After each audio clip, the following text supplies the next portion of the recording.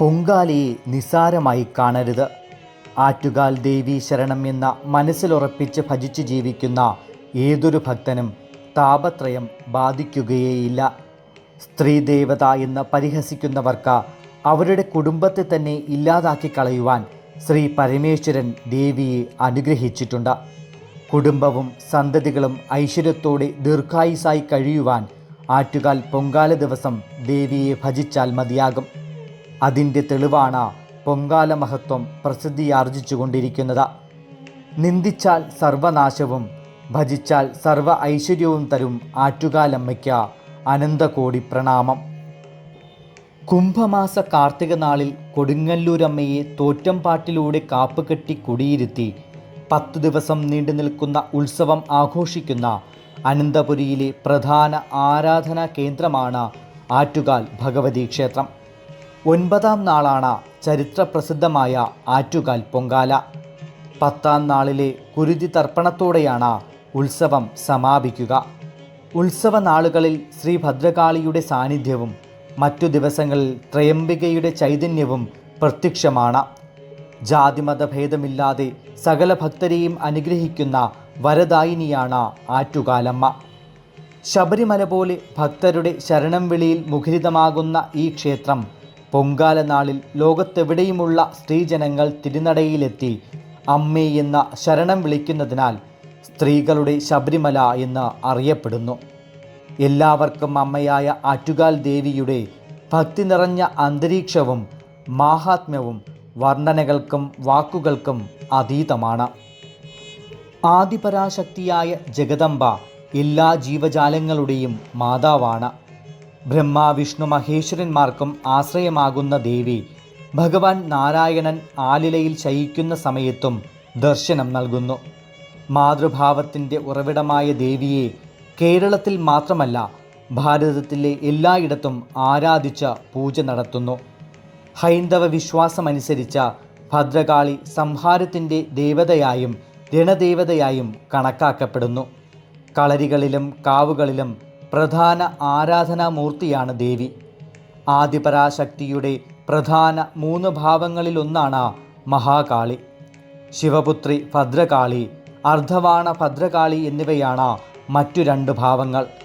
വേദങ്ങളിൽ പഞ്ചഭൂതങ്ങളിലെ അഗ്നിയോടാണ് ദേവിയെ ഉപമിച്ചിട്ടുള്ളത്.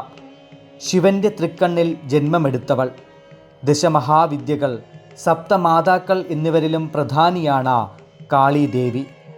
കാളി എന്നാൽ കാളുന്നവൾ, കറുത്തവൾ എന്നൊക്കെ അർത്ഥമുണ്ട്. അന്ധകാരമായ അജ്ഞാനത്തെ നശിപ്പിച്ച ഭദ്രമായ കാലം നൽകുന്നവൾ എന്ന അർത്ഥത്തിലും ഭദ്രകാളി അറിയപ്പെടുന്നു. കാളിഘട്ട്, ഉജ്ജയിനി എന്നിവിടങ്ങളിലെ ഭദ്രകാളി ക്ഷേത്രം പ്രസിദ്ധമാണ്. കാളിദാസനും ശ്രീരാമകൃഷ്ണ പരമഹംസരും വാഗ്ഭടനും കാളീഭക്തരായിരുന്നു. സകല ജീവജാലങ്ങൾക്കും അഭയവും ആശ്രയവും നൽകുന്നതിനാൽ സനാതനിയായും സർവേശ്വരിയായും അമ്മ അറിയപ്പെടുന്നു. ദേവി പുരാണത്തിൽ രക്തബീജനെ വധിക്കുവാൻ പാർവതീദേവി തമോ ഗുണത്തിൽ ജനിച്ചതാണ് മഹാകാളി. ശിവപാർവതി പുത്രിയായും പരമശിവൻ്റെ തൃക്കണ്ണിൽ നിന്ന് ധാരികവധത്തിനായി ജനിച്ചവളെന്നും പറയുന്നുണ്ട്. മധുകൈടഭനെയും ചണ്ഡമുണ്ടന്മാരെയും ദേവി വധിക്കുന്നു. ചാമുണ്ഡ, കാളരാത്രി, മാരിയമ്മൻ, ശ്രീകുരുമ്പ, ഭൈരവി, പരാശക്തി, ബാലഭദ്ര, പ്രകൃതി, ചണ്ഡിക, കൊറ്റവെ തുടങ്ങിയ വിവിധ ഭാവങ്ങളിലും ദേവി ആരാധിക്കുന്നു. ദുർഗയുടെ കറുത്ത ഭാവമാണ് കാളി. അഗ്നിക്ക് 7 നാവുകൾ ഉള്ളതിൽ കറുത്ത നാവായി കാളിയെ കാണുന്നു. കാളിയുടെ നാവ് സംസാരശേഷിയുടെ പ്രതീകമാണ്. കാളിദാസനെയും വാഗ്ഭടനെയും പണ്ഡിതരാക്കിയത് ദേവി കാളിയാണ്. ഒരു കൈയിൽ അഭയമുദ്രയും മറുകൈയിൽ വരമുദ്രയുമാണ്. നാവ് സംസാരശേഷിയും തലയോട് ബുദ്ധിശക്തിയും അരയിലണിയുന്ന വിരലുകൾ എഴുതുവാനുള്ള കഴിവിനെയുമാണ് കാണിക്കുന്നത്. നമുക്കാവശ്യമായ എല്ലാ ആഗ്രഹങ്ങളും നൽകുന്ന വരദായിനിയാണ് അമ്മ. ഋഗ്, യജുസ്, സാമം, അഥർവം എന്നീ 4 വേദങ്ങളും ശിക്ഷ, കൽപ്പം, വ്യാകരണം, നിയുക്തം, ജ്യോതിഷം എന്നീ ശാസ്ത്രങ്ങൾക്കും ഛന്ദസ, മീമാംസ, ന്യായവിസ്താരം, ധർമ്മശാസ്ത്രങ്ങൾ, പുരാണങ്ങൾ, ആയുർവേദം, ധനുർവേദം, അർദ്ധശാസ്ത്രം തുടങ്ങിയവയ്ക്കും അധിപതിയാണ് ശുദ്ധജ്ഞാനസ്വരൂപിണിയായ അമ്മ. എല്ലാ വിദ്യകളും അമ്മയുടെ വിഭൂതികളുടെ അംശങ്ങളാണ്. സകല സമസ്ത വിദ്യ 64 കലകളോട് ചേർന്ന എല്ലാ വിദ്യയുടെയും നാഥയാണ്. എല്ലാ സ്ത്രീകളും ദേവിയുടെ രൂപഭേദങ്ങൾ മാത്രമാണ്. കലാവതികളായ എല്ലാ സ്ത്രീകളും ദേവി തന്നെ.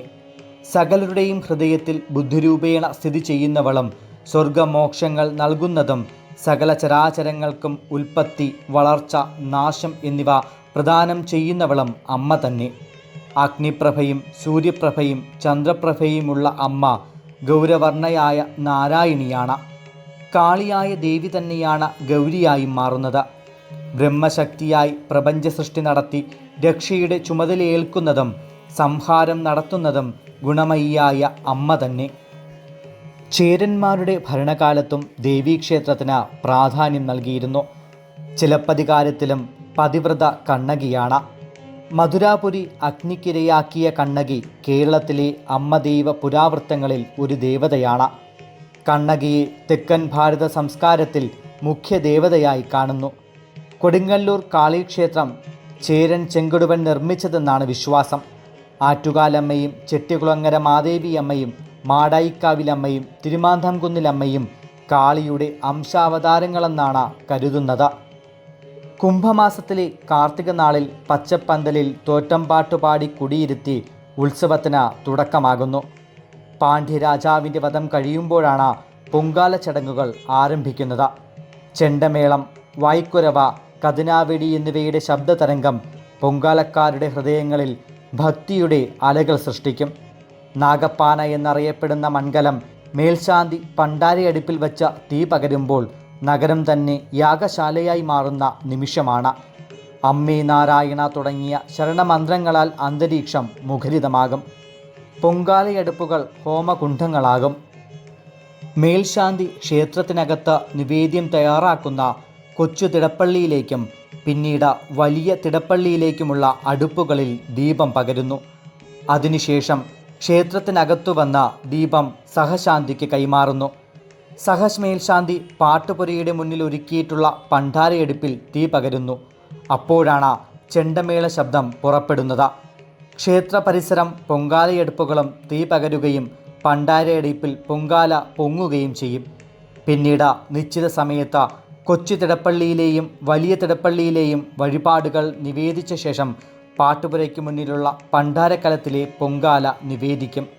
പിന്നീടാണ് ക്ഷേത്രത്തിന് ചുറ്റുമുള്ള പ്രദേശങ്ങളിൽ പോലീസ് വാഹനങ്ങളുടെ സഹായത്തോടെ പോറ്റിമാരെ എത്തിച്ച പൊങ്കാല നിവേദിക്കുന്നത്. പൊങ്കാലയിൽ പഞ്ചഭൂത സങ്കല്പമാണുള്ളത്.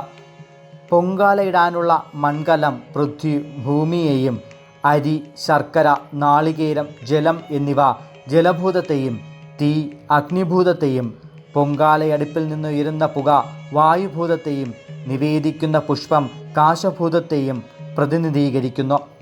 കലം പ്രപഞ്ചത്തിൻ്റെയും അരി അഹംബോധത്തിൻ്റെയും ശർക്കര ആനന്ദത്തിൻ്റെയും നാളികേരം പഞ്ചകോശ നിർമ്മിതമായ ശരീരത്തിൻ്റെയും പ്രതീകമാണ്. പൊങ്കാല തിളയ്ക്കുമ്പോൾ പഞ്ചകോശ നിർമ്മിതമായ ശരീരത്തിലെ മനസ്സ് അഥവാ അഹംബോധം അഖണ്ഡമായ ആനന്ദമായി പരിണമിക്കുന്നു. ദേവീധ്യാന രീതി ദേവീ പുരാണം പറയുന്നുണ്ട്. സ്വർണ്ണ താമരപ്പൂവിൻ്റെ മധ്യത്തിലിരിക്കുന്ന ദേവിക്ക് 3 നയനങ്ങളുണ്ട്. മിന്നൽ കൊടിയുടെ പ്രകാശമുണ്ട്. ശംഖചക്രങ്ങളെയും അഭയമുദ്രകളെയും കയ്യിൽ ധരിച്ചിരിക്കുന്നു. ചന്ദ്രക്കല, കണ്ഠാഭരണം, തോൾവള, ഹാരം, കുണ്ഡലം എന്നിവയെല്ലാം അണിഞ്ഞിരിക്കുന്നു. ദേവേന്ദ്രൻ തുടങ്ങിയ ദേവതകളാൽ സിംഹാസനാരൂഢനായ ദേവിയെ ദേവതകൾ നിത്യവും പ്രാർത്ഥിക്കുന്നു. ശൈലപുത്രി, ബ്രഹ്മചാരിണി, ചന്ദ്രകണ്ഠ, കുഷ്മാണ്ഡ, സ്കന്ദമാതാവ്, കാർത്യായിനി, കാളരാത്രി, മഹാഗൗരി, സിദ്ധിത അതായത് അഷ്ടസിദ്ധികൾ നൽകുന്നവൾ എന്നിവയാണ് നവദുർഗകൾ.